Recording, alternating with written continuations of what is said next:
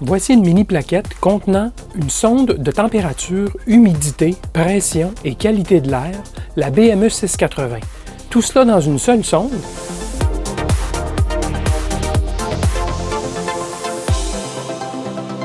Bidouilleuse, bidouilleur, salut! Il existe sur le marché un grand nombre de sondes de température et humidité. Mais je ne connaissais pas la sonde Bosch BME 680 qui offre des mesures de température, d'humidité relative, de pression atmosphérique et même de qualité de l'air. C'est Seb, un bidouilleur fidèle à la chaîne, qui, avec ma permission, m'a fait parvenir cette mini plaquette contenant une sonde BME 680. Elle se vend aux environs de 10 $, ce qui me semble raisonnable compte tenu des caractéristiques proposées. Et j'ai fait des recherches préalables pour constater que la sonde était prise en charge dans Arduino IDE et qu'elle pouvait aussi communiquer par interface I2C ou SPI. Je vous propose donc aujourd'hui de la mettre en marche, cette mini plaquette. Et voici ce qu'elle contient.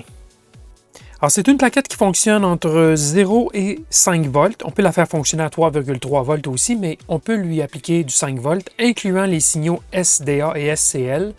On peut donner des signaux effectivement à 5 volts. Même si la puce, qui est juste ici, n'est pas grosse, hein? 3 mm par 3 mm, la BME 680, ce petit boîtier métallique. On va le voir sur la fiche technique. C'est effectivement pas gros. Alors, pour faire la conversion 5 à 3,3 volts, ben, il y a cette petite puce ici à 6 broches. C'est en fait 2 MOSFET qui sont intégrés dans le même boîtier et qui permettent de faire la conversion. La façon classique, on le fait toujours, la conversion avec 2 MOSFET entre 5 volts et 3,3 volts, de façon bidirectionnelle. C'est l'avantage d'utiliser cette fameuse petite configuration MOSFET pour faire la conversion des signaux. Il y a aussi un réseau de résistance juste ici qui, bien sûr, s'occupera entre autres de tirer les lignes SDA et SCL vers le haut, les fameux pull-up. Ici, on utilise des résistances de 10K. C'est 10, donc 1 0, 10 et 3 0 ajoutés. C'est pour ça que c'est écrit 103, ce qui fait donc 10 kΩ. Et il y a quelques résistances dans ce boîtier, bien sûr, qui sont utilisées. Alors, il y a aussi un régulateur 3,3 volts. Bien sûr, si on lui applique un VCC de 5 volts, ben, on aura 3,3 volts envoyés à la puce parce qu'elle ne doit pas recevoir plus que 3,6, certainement pas du 5 volts. Donc, c'est cela. Autrement, il y a peut-être un peu de découplage sur la puce, bien sûr. Et ça résume passablement ce qu'il y a sur cette plaquette. Il n'y a rien sur l'autre face. J'ai déjà soudé le connecteur qui est fourni, mais pas soudé, dans le petit sachet. Alors, le cœur de la mini plaquette, c'est bien sûr cette puce, la Bosch BME 680, qui est en fait un petit boîtier métallique, on le voit bien là. C'est, comme je l'ai mentionné, une sonde 4 en 1, c'est-à-dire mesure de gaz, humidité, pression et température. Elle est très petite, cette sonde, seulement 3 mm par 3 mm, c'est vraiment pas gros. Elle peut en effet fonctionner soit avec le protocole de communication I2C ou le SPI, donc assez polyvalent de ce côté. On a un fonctionnement entre 1,7 et 3,6 volts. Donc là aussi, ça nous donne une bonne plage d'opération, même à pile. Les courants de consommation sont faméliques. Donc ça, c'est très bien pour des applications de sonde distantes. Et sans surprise, ben, la sonde peut fonctionner entre moins 40 et plus 85 Celsius, entre 0 et 100 d'humidité relative, et dans une pression atmosphérique entre 300 et 1100 pascal. Donc là aussi, c'est assez large. Et voici les détails de performance pour les sondes. Alors, telle quelle, avec des simples bibliothèques Arduino, il n'est pas possible de faire des mesures de qualité de l'air. On fait des mesures de température, humidité, pression atmosphérique, mais pour avoir une valeur de qualité de l'air, il faut utiliser une bibliothèque additionnelle qui s'appelle BSEC, qui est aussi disponible sur Arduino, on le verra plus tard. Et donc, c'est Bosch Software Environmental Cluster. Alors, c'est disponible effectivement pour la sonde BME 680. Et je vous suggère de lire la section ici sur la qualité de l'air, puisqu'on y explique sa performance. Mais en consultant cette fiche technique, on se rend compte que c'est complexe, assez complexe, et on voudra utiliser effectivement la librairie BSEC pour faire des lectures de qualité de l'air. Maintenant, avant de pouvoir rouler du code source et de faire des lectures de la sonde, il faut fouiller un petit peu plus loin pour s'apercevoir que Bosch recommande un certain nombre de processeurs pour rouler sa plateforme BSEC, c'est-à-dire la bibliothèque d'Arduino. BSEC, en passant, c'est Bosch Sensor Tech Environmental Cluster. C'est donc une bibliothèque qui va faire du traitement beaucoup plus poussé sur les données reçues de la sonde pour pouvoir en tirer des informations, par exemple la qualité de l'air. Donc ça demande quand même une puissance de traitement et de stockage plus élevée qu'un simple petit Arduino Uno ou Nano, par exemple. Il faut donc aller avec des plateformes plus solides, plus poussées. Et les plateformes qu'eux proposent, on les a ici. On a du Raspberry Pi dans le plus puissant des cas, là, mais si on regarde les autres plateformes, on ne voit justement pas d'Arduino Nano. On dit AVR 8 bits, mais on parle de méga AVR ou XMega. Donc, ça prend des plateformes un peu plus costaudes. Et moi, ce qui m'a tout de suite tombé aux yeux, c'est le ESP8266 et le ESP32. Alors, je me suis dit, tiens, ESP32, pourquoi pas? Je pourrais prendre la plateforme TTGO LoRa32, qui est équipée d'un ESP32. Donc, TTGO LoRa32 version 2, que j'ai utilisé dans ma vidéo 513. Je vous fournis le lien dans la description sous cette vidéo, qui décrit la plateforme elle-même. Et je vais utiliser, peut-être pas la fonction LoRa, mais en tout cas, il y a un affichage sur cette petite plaquette, donc ça pourrait être intéressant d'afficher les résultats directement sur le ESP32. Et en plus, les ESP32 sont fonctionnels dans Arduino IDE. Donc, je vais pouvoir partir avec ce que j'avais fait sur la plaquette LoRa32. Alors maintenant, allons voir ce que j'ai fait sur Arduino IDE. Alors, comme premier essai, des simples lectures de température, humidité, pression atmosphérique, mais pas de lecture qui veut dire quelque chose au niveau de la qualité de l'air.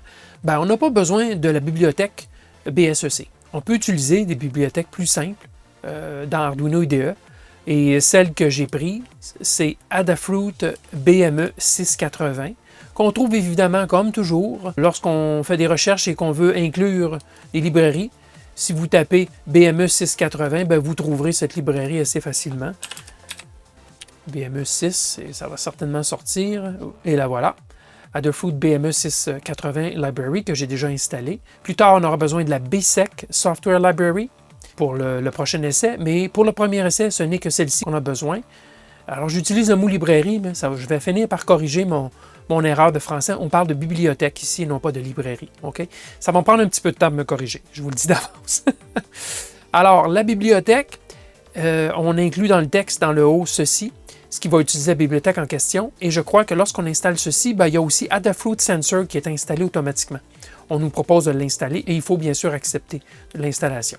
Alors, lorsqu'on aura ajouté ces deux bibliothèques, en plus, on a besoin des deux bibliothèques utilisées précédemment pour l'affichage sur le TTGO LoRa32 et on fera du SPI et on fera aussi du I2C pour l'affichage. Alors, c'est tout ce qu'on va faire ici comme bibliothèque.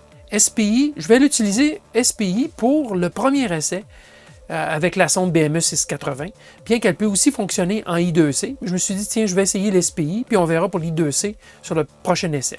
Alors, j'ai défini les broches du port SPI sur le TTGO LoRa32 version 2, et ce sont des broches d'un port SPI logiciel. Alors, je peux assigner n'importe quelle broche en autant qu'il n'y a pas de conflit de fonctionnalité avec, par exemple, la fonction I2C de l'affichage. Alors, j'ai choisi ces broches et je me suis inspiré de l'exemple fourni par Adafruit. Tout le soutien de la librairie Adafruit est disponible sur GitHub. Alors, vous le trouverez facilement avec le lien qui est fourni dans l'installation de la bibliothèque. Et donc, on peut simplement regarder des exemples. Je suis allé voir ici, BME 680 asynchrone. Et j'ai regardé ce qu'ils utilisaient comme commande. J'ai donc essentiellement pris ce qu'eux avaient fourni et je l'ai transporté ici, dans mon croquis, en plus d'avoir déjà tout ce qui avait été fait pour l'affichage du SSD 1306 sur la plaquette TTGO LoRa32. Alors, j'ai simplement ajouté le soutien BME 680 et j'ai donc refait du formatage de texte pour afficher les résultats. Et donc, le croquis affiche température, pression atmosphérique, humidité et la résistance en kiloohms pour le gaz. Cette donnée ne veut pas dire grand-chose. C'est la librairie BSEC, qui fera le travail de nous donner plus d'informations, mais en tout cas, on l'affiche. Et ça calcule tout de même l'altitude approximative. Donc, j'ai pris ce qu'il y avait dans leur croquis, je l'ai intégré ici. Il y a certaines commandes qui servent à configurer la sonde BME 680 avant qu'on se mette à commencer à faire des lectures. Alors, vous regarderez les détails, là, je ne vais pas décortiquer ligne par ligne, mais le résultat, vous allez le voir dans quelques secondes. Voici donc l'implémentation discutée. J'utilise la mini plaquette en mode SPI. J'ai donc branché le chip Select. En plus du SDI, SDO, SDI, c'est plutôt SDA. L'horloge aussi, je l'ai branché. Et bien sûr, le chip Select. Alors, ça, c'est fait. Et je récupère du 3,3 volts directement de la plaquette TTGO que j'amène sur le VCC et la masse, bien sûr. Alors, tel quel, tout est branché. Et je vais allumer, bien sûr, le TTGO. Voilà, c'est fait, avec le petit message d'invitation au départ. Et l'affichage, désolé pour le clignotement, c'est le mieux que je peux faire. Vraiment, j'ai tout essayé, changer de caméra, changer le nombre de trames par seconde et rien à faire. Alors, on a vu qu'il y a eu un petit échec de l'écriture, probablement parce que je jouais avec les fils, il y a peut-être une mauvaise connexion. Mais voilà, on voit quand même qu'à toutes les 2 secondes, il y a une mise à jour. Alors, 31 degrés Celsius, j'ai mis mon doigt tout près, c'est ce qui a réchauffé la sonde. Et quoi, 99,7 kPa, pression, c'est ça. C'est parce que je joue avec les fils, désolé. Humidité, 38 38,7. Au niveau du gaz, c'est une lecture en kiloohms. Ça sera la prochaine étape, d'essayer de faire une lecture qui a un sens, autrement dit. Donc, il faut utiliser toute la bibliothèque là, pour cela. Mais au moins, tout fonctionne. Et en plus, on a une lecture d'altitude qui est estimée à 135, je crois bien, là, si je lis bien, 135. C'est petit, hein? C'est l'affichage TTGO, là, ce n'est vraiment pas gros. Mais ça fonctionne. Donc, premier mode, la sonde fonctionne bien et les lectures sont bonnes. Avant de faire des essais de qualité de l'air avec des substances étrangères, ça vaut la peine qu'on lise la description de la section 4.2 de la fiche technique de la sonde. Je l'ai traduite avec Google Traduction et fait des petites corrections. Alors voici, le BME 680 est un capteur à base d'oxyde métallique qui détecte les composés organiques volatiles par absorption et oxydation-réduction subséquente sur sa couche sensible. Ainsi, le BME 680 réagit à la plupart des composés volatiles polluant l'air intérieur. Une exception est par exemple le CO2. Contrairement au capteur sélectif pour un composant spécifique, le BME 680 est capable de mesurer la somme des COV contaminants dans l'air ambiant. Cela permet au BME 680 de détecter, par exemple, le dégazage de la peinture, des meubles et ou des ordures, le niveau élevé de COV en raison de la cuisson, de la consommation d'aliments, de la laine expirée et ou de la transpiration. En tant que signal brut, le BME 680 produira des valeurs de résistance et les changements sont dus aux variations de concentration de COV. Plus la concentration de COV réducteur est élevée, plus la résistance est faible et vice-versa. Étant donné que ce signal brut est influencé par des paramètres autres que la concentration en COV, par exemple le taux d'humidité, les valeurs brutes sont transformées en un indice de qualité de l'air, IQA, par algorithme intelligent par la bibliothèque BSEC. L'échelle de IQA va de 0, un air pur, à 500 airs très pollués. Pendant le fonctionnement, les algorithmes calibrent automatiquement et s'adaptent aux environnements typiques où le capteur est utilisé, par exemple à la maison, sur le lieu de travail, à l'intérieur d'une voiture, etc. Cet étalonnage automatique en arrière-plan garantit aux utilisateurs des performances constantes en matière de IQA. Le processus d'étalonnage prend en compte l'histoire des mesures récentes, typiquement jusqu'à 4 jours, pour s'assurer que l'IQA d'environ 25 correspond à un air typiquement bon et qu'un IQA d'environ 250 indique un air typiquement pollué. Bon, maintenant, lançons-nous sur des essais de pollution.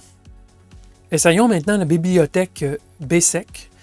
Bibliothèque qui nous promet un calcul précis de la température ambiante à l'extérieur de la sonde, un calcul précis de l'humidité relative, de la pression atmosphérique aussi, et surtout un calcul précis de la qualité de l'air avec un indice de qualité de l'air. C'est pour cette caractéristique en particulier là, que la bibliothèque BSEC est intéressante, mais ça amène de la complexité, et donc c'est d'ailleurs ce qui nous a forcé à prendre un ESP32. Alors, dans Arduino IDE, la première étape, c'est d'installer la bibliothèque BSEC Software Library.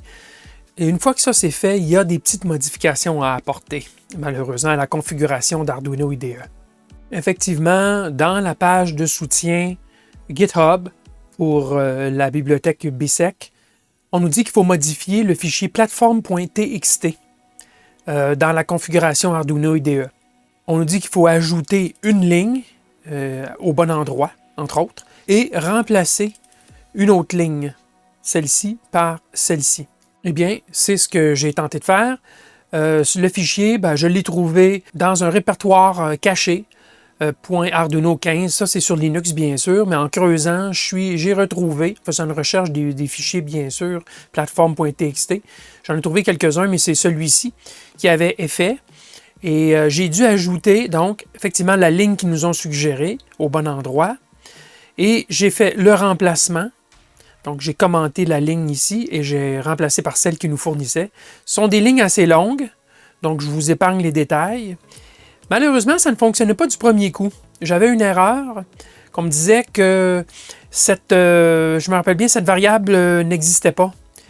Alors, j'ai ajouté aussi, ici, à cet endroit, build.exception_flags égale.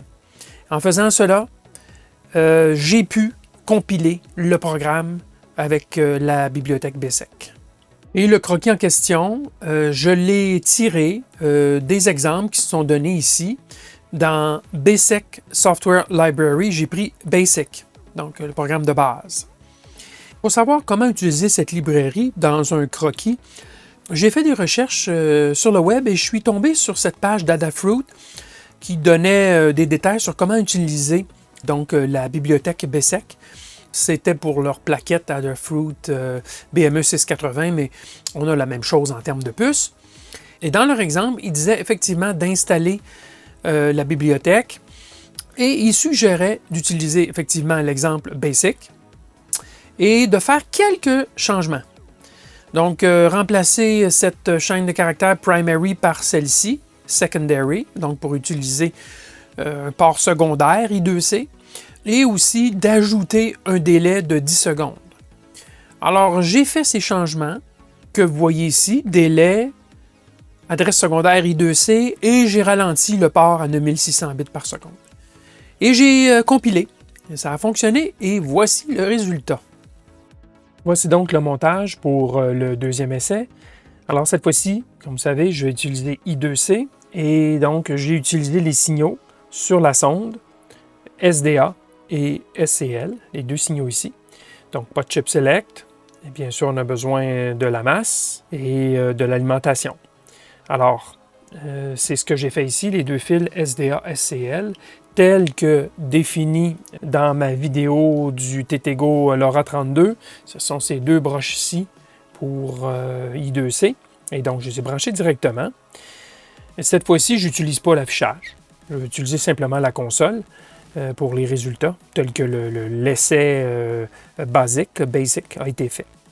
Alors, la sonde, elle fonctionne déjà depuis un petit bout de temps et on va regarder les résultats. Alors, j'ai laissé le système rouler pendant un bon moment, mais ce matin, je l'ai redémarré. Et ça fait, je sais trop, peut-être 15 ou 20 minutes que le système fonctionne. Quoi qu'il en soit, ici, vous voyez les échantillons en millisecondes depuis le départ. Alors, on a la température, comme on avait dans le test précédent, température de base ou raw, c'est-à-dire qui n'a pas été traitée ou ajustée. La pression, ici, elle est exprimée en pascal, donc 99 217 pascal. On a l'humidité relative. Ici, on a la résistance, là, la fameuse résistance de la sonde de gaz. Par la suite, qu'est-ce qu'on obtient? C'est l'indice de qualité de l'air, ici. Et ensuite, ici, le champ suivant, c'est la justesse de l'indice de qualité de l'air. Je ne sais trop qu'est-ce que ça représente, mais il était à 0 plus tôt, maintenant il est rendu à 1. Par la suite, on a température corrigée, humidité relative corrigée et indice de qualité de l'air statique. Ensuite, équivalent en CO2 et ici, équivalent en composé organique volatile de breath, donc de la respiration. C'est un peu complexe ces chiffres et bien sûr, ça demande de lire la documentation comme il faut pour bien comprendre, mais je crois vraiment savoir que le fameux indice, il est ici, de la qualité de l'air, entre 0 et 500. Et avec le temps, vous voyez que ces chiffres vont bouger, ça peut monter passablement et redescendre. Et si vous vous tournez vers la sonde et vous parlez près de la sonde, vous allez voir que les chiffres vont bouger. Et c'est justement ce que je vais faire. Je vais faire certains essais. Le premier essai, je vais expirer tout près de la sonde et je présume qu'on va se concentrer sur l'indice de qualité de l'air ici pour voir qu'est-ce qui advient, essayer de comprendre pourquoi ça monte. Alors voilà, je viens de le faire et regardez ici l'indice de qualité de l'air, comment il est soudainement monté à 349. Bien sûr, j'ai saturé en humidité la sonde. Vous voyez d'ailleurs, l'humidité relative est montée beaucoup et elle va redescendre graduellement, je présume. Et on voit effectivement que l'indice CO2 et l'indice de composé organique volatile a monté. Il va évidemment se restabiliser graduellement. Donc ça semble bien fonctionner. Et tout ça, bien sûr, ce n'est pas instantané. Il faut laisser le temps à la sonde de se placer. Et donc, une lecture instantanée, c'est peut-être pas une bonne chose à faire avec cette sonde. Il faut la laisser se stabiliser et porter un jugement sur le résultat final.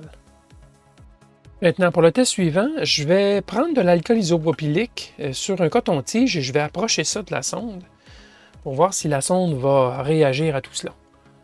Alors, oh mon Dieu, oui! Regardez les valeurs ici, comment que ça a soudainement monté. Ouf! OK, on atteint vraiment le 1000 au niveau des composés organiques volatiles. Alors, je crois que cette sonde-là est très bonne pour détecter les alcools. Et effectivement, toutes les valeurs sont... OK, l'indice est de 500, donc c'est clair que j'ai même pas eu besoin de toucher, hein, juste tenir prêt et c'était suffisant. Donc, ouais, c'est une bonne indication de la qualité de l'air, en tout cas en ce qui a trait à l'alcool. Faisons maintenant un autre essai. J'ai redémarré le système parce qu'on est plus tard dans le temps. Donc, j'ai laissé le temps de stabiliser une dizaine de minutes et on va injecter du butane, pourquoi pas. Alors, je vais juste en mettre un petit peu pour voir comment le système va réagir. On voit que les chiffres sont à peu près stables, bien que ça a monté un petit peu puisque j'ai bougé tout près de la sonde. Alors, j'en ai envoyé un tout petit peu. On va voir si ça va détecter ou pas. Ça ne semble pas bouger énormément tel quel. Ça devrait normalement détecter. Je vais en mettre un peu plus. Et là, ça va certainement monter beaucoup. La valeur des chiffres ici qu'on regarde. Ça ne bouge pas autant que j'aurais cru. Non, ça ne bouge pas autant que j'aurais cru quand même. Est-ce qu'il est bon pour détecter les gaz inflammables comme le butane? Ça, c'est la question. J'en ai mis pas mal plus longtemps, là, peut-être 2 secondes. Ça ne monte pas beaucoup. Ah, ça, c'est un peu étonnant quand même. J'aurais cru qu'il aurait détecté un gaz comme le butane, mais non. Alors que l'alcool, c'est dans le plafond. Alors, on va dire non pour le gaz. En tout cas, ça va peut-être s'en prendre beaucoup plus que j'en injectais. C'est certain que je n'en mettais pas énormément, mais quand même. Dernier test. Un nettoyeur pour colle-contact de marque Lepage. On me dit que ça se rince à l'eau, mais je peux vous dire que ça sent mauvais. Alors, ça contient des distillats de pétrole. Donc, c'est des dérivés de pétrole. Produits pétroliers. Ouf, ça sent mauvais. Alors, j'approche beaucoup. On va voir si ça va bouger ou pas. Ouais, ça monte. Certaines données montent comme ici, ça monte graduellement.